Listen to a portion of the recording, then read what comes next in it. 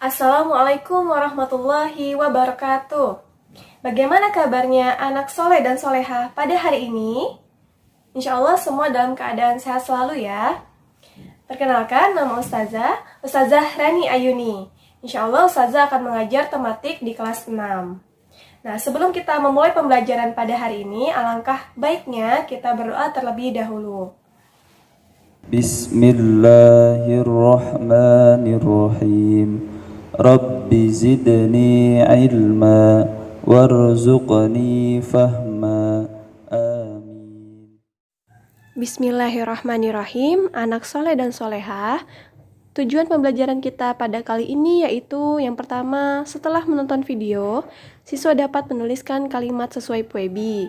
Yang kedua, setelah menonton video, siswa dapat menganalisis isi teks penjelasan atau eksplanasi yang didengar dan dibaca. Yang ketiga, setelah menonton video, siswa dapat mengidentifikasi hak dan kewajiban warga negara terhadap pemerintah. Nah, materi kita pada hari ini yaitu tentang Puebi, teks eksplanasi, hak dan kewajiban warga negara terhadap pemerintah. Pernahkah kalian merasa ada yang kurang tepat saat menulis sebuah kalimat? Nah, dalam menulis sebuah kalimat, harus kita memperhatikan aturan atau kaidah dalam penulisannya.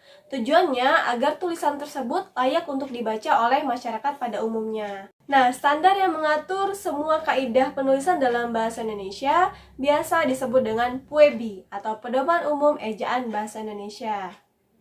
Kata atau kalimat atau tulisan dikatakan layak apabila sesuai dengan Puebi. Penulisan Puebi yang benar diantaranya dengan memperhatikan penulisan huruf kapital dan tanda baca.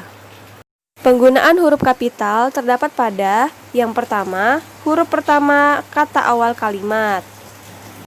Contohnya, ayah pergi ke sawah. Pada kata ayah, huruf A ditulis dengan huruf kapital karena terdapat pada awal kalimat. Yang kedua, huruf pertama petikan langsung. Contoh, ibu berkata, saya akan berangkat ke Surabaya. Huruf S pada kata saya harus bertuliskan huruf kapital. Yang ketiga, huruf pertama dalam ungkapan-ungkapan yang berkaitan dengan keagamaan, kitab suci, nama Tuhan termasuk kata gantinya. Contohnya, Al-Quran, Allah yang Maha Kuasa. Yang keempat, huruf pertama nama jabatan dan pangkat yang diikuti nama orang. Contoh, Presiden Jokowi, Menteri Nadiem Makarim. Yang kelima, huruf pertama gelar kehormatan, keturunan, dan keagamaan yang diikuti nama orang. Contoh, Nabi Muhammad. Yang keenam, huruf pertama nama bangsa, suku, dan bahasa. Contoh, suku Banjar, bahasa Indonesia, dan bahasa Arab. 7. Huruf pertama nama orang. Contoh terdapat pada nama Halisa Putri dan Rizka Aulia. Yang kedelapan, huruf pertama nama hari, bulan, tahun, hari raya, dan peristiwa sejarah. Contoh hari Selasa, bulan September, hari Lebaran, dan Nuzulul Quran. Selanjutnya, huruf pertama nama khas dan geografi. Contohnya, pantai selatan. 10. Huruf pertama nama resmi badan lembaga pemerintahan dan ketatanegaraan serta nama dokumen resmi. Contohnya, terdapat pada kata Departemen Agama yaitu terletak pada huruf D dan A. Selanjutnya yaitu huruf kapital ditulis dalam singkatan nama gelar dan sapaan. Contohnya pada kata dokter, di mana singkatannya adalah DR, diawali dengan huruf D kapital.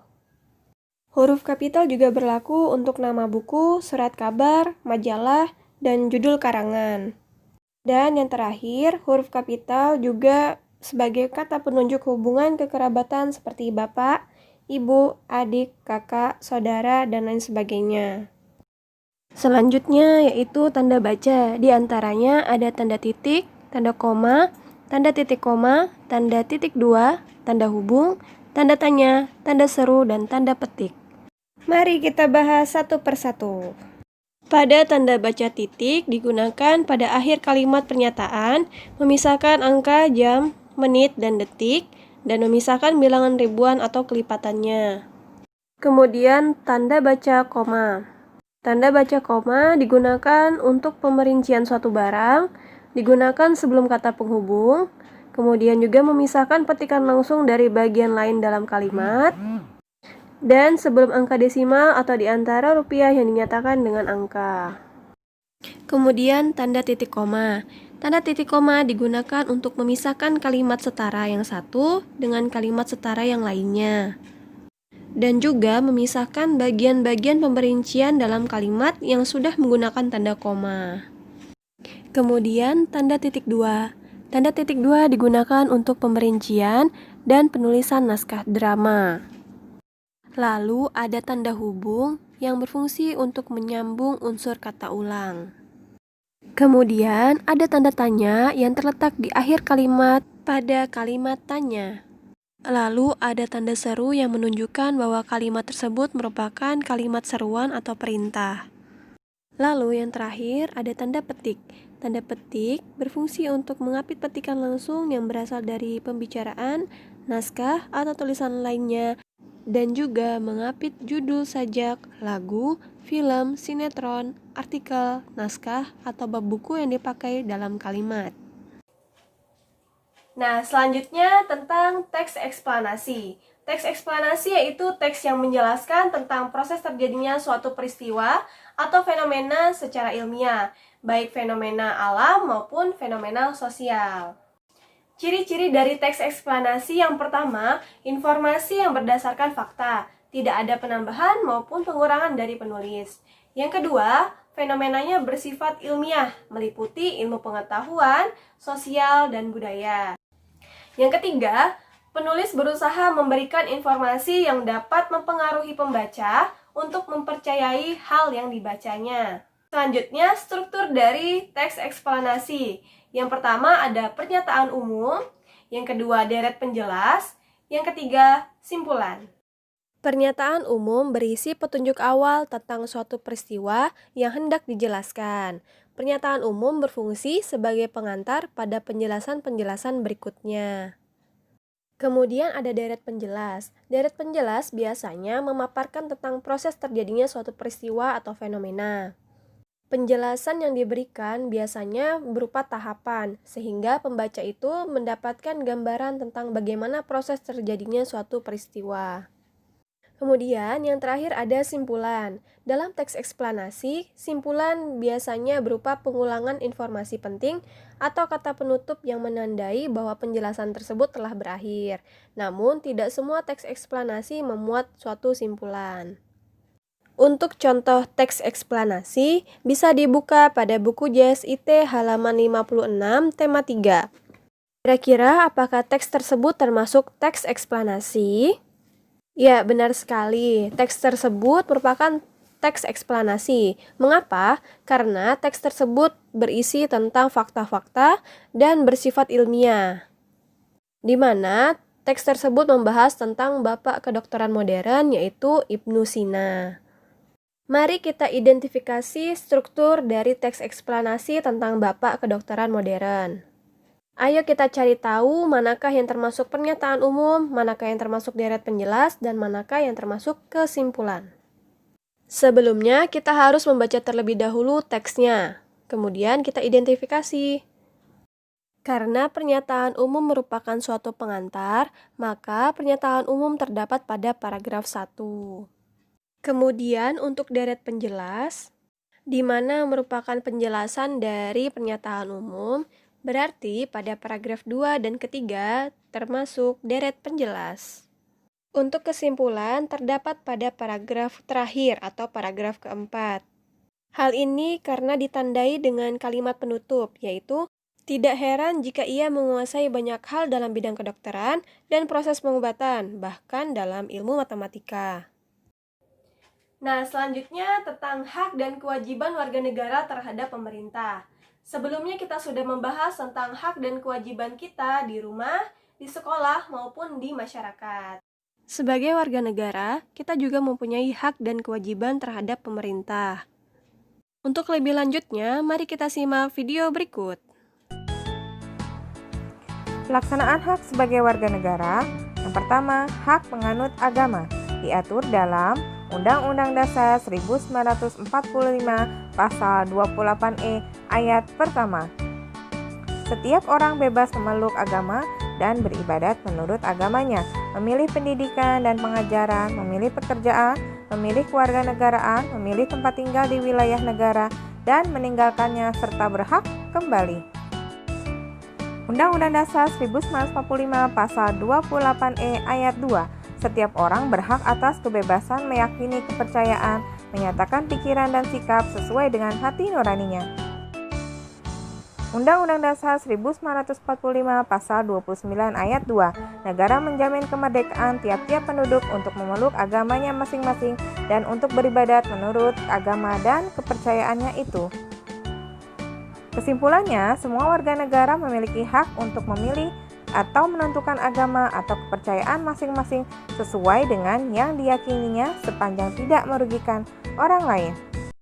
Yang berikutnya adalah hak mendapatkan pendidikan.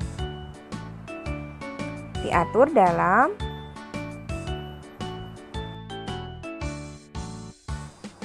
Undang-Undang Dasar 1945 Pasal 28C ayat 1.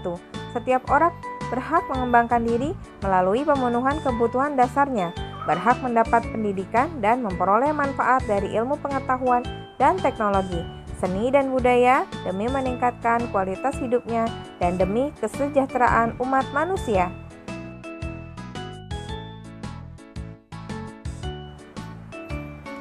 Undang-Undang Dasar 1945 Pasal 30 ayat pertama. Setiap warga negara berhak mendapatkan pendidikan. Oleh karena itu, pemerintah mengadakan program wajib belajar 12 tahun agar semua anak Indonesia mendapatkan pendidikan. Kesimpulannya adalah mendapatkan pendidikan yang layak merupakan hak setiap warga negara, baik tua, muda, dan dari keluarga mampu atau kurang mampu. Selanjutnya adalah hak untuk menyampaikan pendapat. Diatur dalam Undang-Undang 1945 Pasal 28E ayat ketiga. Setiap orang berhak atas kebebasan berserikat, berkumpul, dan mengeluarkan pendapat. Kesimpulannya, setiap warga negara berhak untuk menyampaikan pendapat secara lisan atau tulisan kepada pemerintah. Tata cara penyampaian pendapat warga diatur dengan peraturan. Hak selanjutnya adalah hak memperoleh pekerjaan dan imbalan. Diatur dalam Undang-Undang Dasar 1945 Pasal 27 ayat 2. Tiap-tiap warga negara berhak atas pekerjaan dan penghidupan yang layak bagi kemanusiaan. Kemudian, Pasal 28D ayat 2. Setiap orang berhak untuk bekerja serta mendapat imbalan dan perlakuan yang adil dan layak dalam hubungan kerja. Kesimpulannya adalah setiap warga negara memiliki hak untuk bekerja sesuai dengan kemampuan dan ilmu pengetahuan yang dimilikinya. Warga negara yang telah bekerja juga berhak atas imbalan dan upah sesuai dengan ketentuan yang berlaku. Hak memiliki kedudukan yang sama di hadapan hukum diatur dalam Undang-Undang Dasar 1945 Pasal 28D ayat pertama. Setiap orang berhak atas pengakuan, jaminan, kehidupan, dan kepastian hukum yang adil serta perlakuan yang sama di hadapan hukum.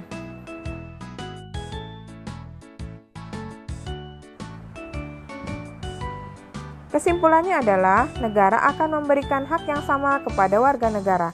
Aparat penegak hukum akan memberikan tindakan yang sama kepada seluruh warga negara tanpa memandang suku bangsa, agama, tingkat pendidikan, ataupun jabatan. Selanjutnya mengenai pelaksanaan kewajiban sebagai warga negara. Kewajiban saling menghormati antar umat beragama. Yang pertama adalah menjaga ketenangan dan ketertiban di sekitar tempat ibadah ketika penganut suatu agama sedang beribadah. Kedua, tidak membeda-bedakan orang lain berdasarkan agamanya. Ketiga, mempersilahkan orang lain untuk melaksanakan ibadah. Keempat, tidak mengejek ajaran agama lain. Kelima, berteman dengan orang walaupun berbeda agama. Keenam, menunggu teman yang sedang beribadah dengan tenang. Yang terakhir, menyayangi teman apapun agamanya. Kewajiban mengikuti pendidikan dasar. Yang pertama, mengikuti pendidikan di tingkat SD hingga SMA. Membekali diri dengan moral yang baik, mengembangkan keterampilan dan bakatnya melalui pendidikan di sekolah, menguasai ilmu pengetahuan dan keterampilan agar dapat meraih masa depan yang cerah. Kewajiban menaati peraturan yang berlaku. Yang pertama, menghormati pendapat orang lain sebagai bentuk menghormati kebebasan berpendapat. Yang kedua, membuang sampah pada tempatnya untuk menjaga kebersihan. Memberhentikan angkutan umum di halte. Menyeberang jalan di zebra cross atau jembatan penyeberangan. Saat lampu merah, pengendara kendaraan menunggu lampu hijau menyala di belakang zebra cross. Kewajiban menjaga lingkungan.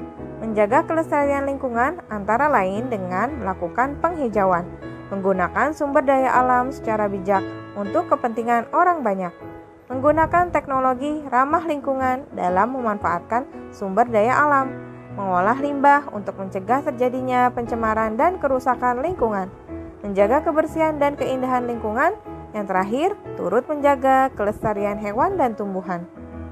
Kewajiban berikutnya adalah membayar pajak. Membayar pajak pertambahan nilai atau PPN ketika membeli makanan di restoran atau membeli barang di swalayan. Membayar pajak penghasilan atau PPH untuk orang yang berpenghasilan atau bekerja. Membayar pajak bumi dan bangunan untuk pemilik tanah dan bangunan seperti rumah dan gedung. Membayar pajak reklame ketika memasang iklan atau reklame di pinggir jalan. Membayar pajak kendaraan bermotor atau PKB untuk orang yang memiliki kendaraan bermotor. Kewajiban bela negara. Belajar dengan rajin, mematuhi tata tertib dan peraturan sekolah, mencintai produk dalam negeri, melestarikan budaya dengan mengikuti pelajaran mengenai seni dan budaya Indonesia, menaati hukum dan aturan-aturan negara. Nah, itulah pembahasan kita pada hari ini mengenai PUEBI, teks eksplanasi, serta hak dan kewajiban kita sebagai warga negara. PUEBI tadi pembahasannya mengenai huruf kapital dan tanda baca. Kemudian dilanjutkan dengan pembahasan teks eksplanasi di mana membahas tentang fakta-fakta dari sebuah fenomena. Kemudian dilanjutkan oleh hak dan kewajiban kita sebagai warga negara. Nah, kita sebagai warga negara wajib melaksanakan peran kita sebagai warga negara. Tujuannya agar kita mendapatkan hak sebagai warga negara yang baik. Begitu pula sebaliknya, pemerintah wajib menjalankan kewajibannya sebagai pemimpin untuk rakyat bersama. Karena pemerintah merupakan wakil-wakil rakyat, di mana mereka adalah seorang pemimpin bagi negara kita. Negara yang memiliki pemimpin yang adil, bertanggung jawab, serta takut kepada Allah, dan memiliki rakyat yang mau mendengarkan dan menaati pemimpinnya, itu adalah sebuah negara yang sangat Allah berkahi. Sesuai dengan firman Allah dalam Quran Surah An-Nisa ayat 59, marilah kita akhiri pembelajaran kita pada hari ini dengan bersama-sama mengucapkan hamdalah, alhamdulillahirrabbilalamin, dan doa kafaratul majelis. Subhanakallahumma wa bihamdika asyhadu an la ilaha illa anta astaghfiruka wa atubu ilaik. Assalamualaikum warahmatullahi wabarakatuh. Terima kasih sudah menyaksikan video kami. Pastikan tetap di rumah saja. Gunakan masker jika keluar rumah. Cuci tangan